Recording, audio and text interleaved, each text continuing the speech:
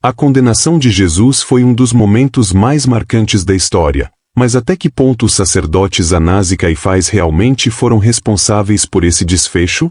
O que sabemos sobre eles além do que está escrito nos evangelhos? Existem registros históricos que confirmam sua participação no julgamento que levou Cristo à cruz? Hoje, vamos cruzar evidências bíblicas e documentos históricos para separar fato de interpretação. Quem eram esses sacerdotes? Agiram por conta própria ou estavam a serviço de uma conspiração maior? E, acima de tudo, qual foi o verdadeiro motivo por trás da condenação de Jesus? Olá, você está no Revelando o Passado. Se você está gostando desse conteúdo, não se esqueça de curtir o vídeo e se inscrever no canal para não perder mais vídeos incríveis como este. Sua interação ajuda a trazer cada vez mais conteúdos reveladores para você. Fique até o final e descubra respostas que podem mudar a forma como você enxerga esse episódio. Para entender a importância de Anás e Caifás, precisamos voltar no tempo e compreender a realidade política e religiosa do século I. A Judeia estava sob domínio do Império Romano, mas os romanos permitiam que os judeus tivessem certa autonomia religiosa. O sumo sacerdote era a autoridade mais poderosa dentro da sociedade judaica, responsável não apenas pelas cerimônias no templo, mas também pela administração da lei religiosa. No entanto, diferentemente dos tempos antigos, em que o sumo sacerdócio era vitalício e herdado de pai para filho, no período do domínio romano, o cargo passou a ser uma posição controlada pelo governo imperial. Isso significava que o sumo sacerdote não era apenas uma figura espiritual, mas também um representante político que precisava equilibrar os interesses do povo judeu com as exigências de Roma. Anás foi nomeado sumo sacerdote por volta do ano 6 d.C. pelos romanos, mas foi deposto em 15 d.C. pelos próprios governadores da Judeia. No entanto, seu poder não acabou. Ele manteve forte influência sobre o cargo, garantindo que vários de seus filhos e seu genro, Caifás, ocupassem a posição ao longo das décadas seguintes. Caifás, por sua vez, foi sumo sacerdote entre os anos 18 e 36 d.C., um dos períodos mais turbulentos da história judaica.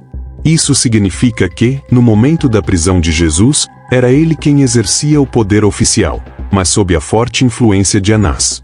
Quando Jesus foi preso no Getsêmani, ele não foi levado imediatamente a Pôncio Pilatos, o governador romano, mas sim para Anás, e depois para Caifás. Mas por que primeiro para Anás, se ele não era mais o sumo sacerdote oficial? Isso indica o grande poder que ele ainda exercia nos bastidores. Segundo os evangelhos, Anás interrogou Jesus antes de enviá-lo a Caifás, onde um julgamento irregular foi realizado durante a madrugada. Esse detalhe é crucial. De acordo com a lei judaica, julgamentos desse tipo não poderiam ocorrer à noite, o que já indica que o processo estava cheio de irregularidades. Caifás convocou o Sinédrio, o conselho religioso dos judeus, e buscou testemunhas para incriminar Jesus. No entanto, os depoimentos eram contraditórios, o que enfraquecia o caso contra ele. Foi então que Caifás perguntou diretamente a Jesus se ele se considerava o Messias, o Filho de Deus. Diante da resposta afirmativa de Cristo, Caifás rasgou suas vestes em um gesto simbólico e declarou que Jesus havia blasfemado. A partir desse momento, a decisão de condená-lo já estava tomada. Mas havia um problema: o Sinédrio não tinha autoridade para aplicar a pena de morte. Isso cabia exclusivamente aos romanos. É aqui que entra Pôncio Pilatos. Os sacerdotes sabiam que, para convencer o governador romano a executar Jesus, precisavam apresentar uma acusação política, e não apenas religiosa. Afinal, Pilatos não se importava com disputas teológicas judaicas. Então, em vez de apenas alegar blasfêmia, os sacerdotes apresentaram Jesus como um rebelde que ameaçava a autoridade de César, alegando que ele se autoproclamava rei dos judeus. Pilatos, inicialmente, não parecia convencido. Ele interrogou Jesus, segundo os relatos, percebeu que não havia crime digno de morte. Tentou até liberar Jesus oferecendo a opção de soltar um prisioneiro na Páscoa, colocando-o em escolha popular contra Barrabás. O povo, influenciado pelos líderes religiosos, escolheu Barrabás, e Jesus foi condenado à crucificação. Mas o que os registros históricos dizem sobre esse evento? Para responder a isso, precisamos recorrer a Flávio Joséfo, um historiador judeu do século I. Em suas obras, ele menciona tanto Anás quanto Caifás, descrevendo-os como figuras poderosas e influentes no cenário político e religioso da época. Além disso, em 1990, arqueólogos fizeram uma descoberta impressionante: um ossuário, uma espécie de urna funerária, com a inscrição José, filho de Caifás, confirmando a existência do sumo sacerdote. Essa descoberta fortalece a autenticidade dos relatos sobre ele. Diante dessas informações, surge uma pergunta importante: até que ponto Anás e Caifás foram os verdadeiros responsáveis pela condenação de Jesus? Embora tenham desempenhado um papel fundamental no julgamento religioso, eles não tinham poder para decretar a morte de alguém sem a aprovação romana. Além disso, Pilatos poderia ter decidido pela libertação de Jesus, mas, por razões políticas, optou por seguir com a execução. Isso indica que a condenação de Jesus foi um resultado de múltiplos fatores. A liderança religiosa via nele uma ameaça ao seu controle sobre o povo, enquanto Roma via qualquer possível insurreição como algo a ser suprimido rapidamente.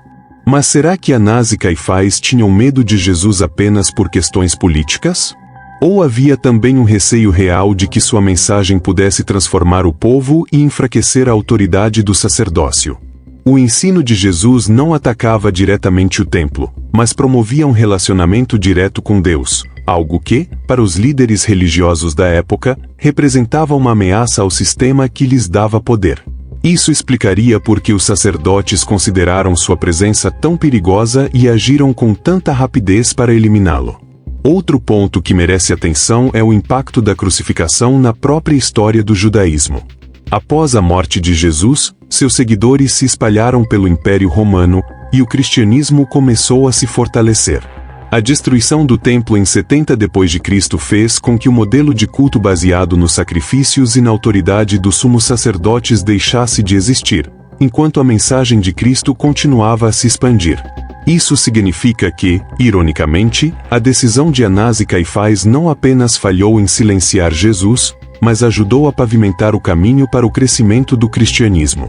Nos séculos seguintes, a figura de Caifás se tornou símbolo de traição e corrupção religiosa em muitos textos cristãos. Mas é interessante notar que, do ponto de vista histórico, ele era um homem que simplesmente agia dentro das estruturas políticas e sociais da época.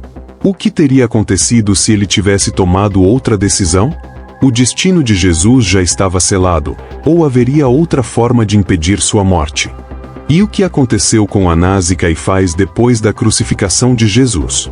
Caifás permaneceu como sumo sacerdote por mais alguns anos, mas acabou sendo deposto pelos romanos por volta do ano 36 d.C. Após isso, não há muitos registros sobre seu destino.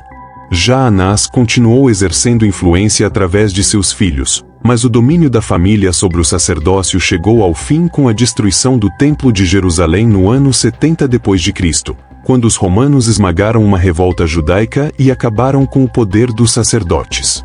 Então, Anás e Caifás foram os verdadeiros culpados pela morte de Jesus? Ou foram apenas peças em um tabuleiro maior, manipuladas por Roma e pelo jogo político da época? A história nos mostra que sua participação foi crucial, mas a decisão final passou por vários outros fatores. O que você acha?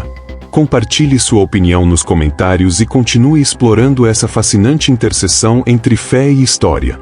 Temos muito mais revelações chegando.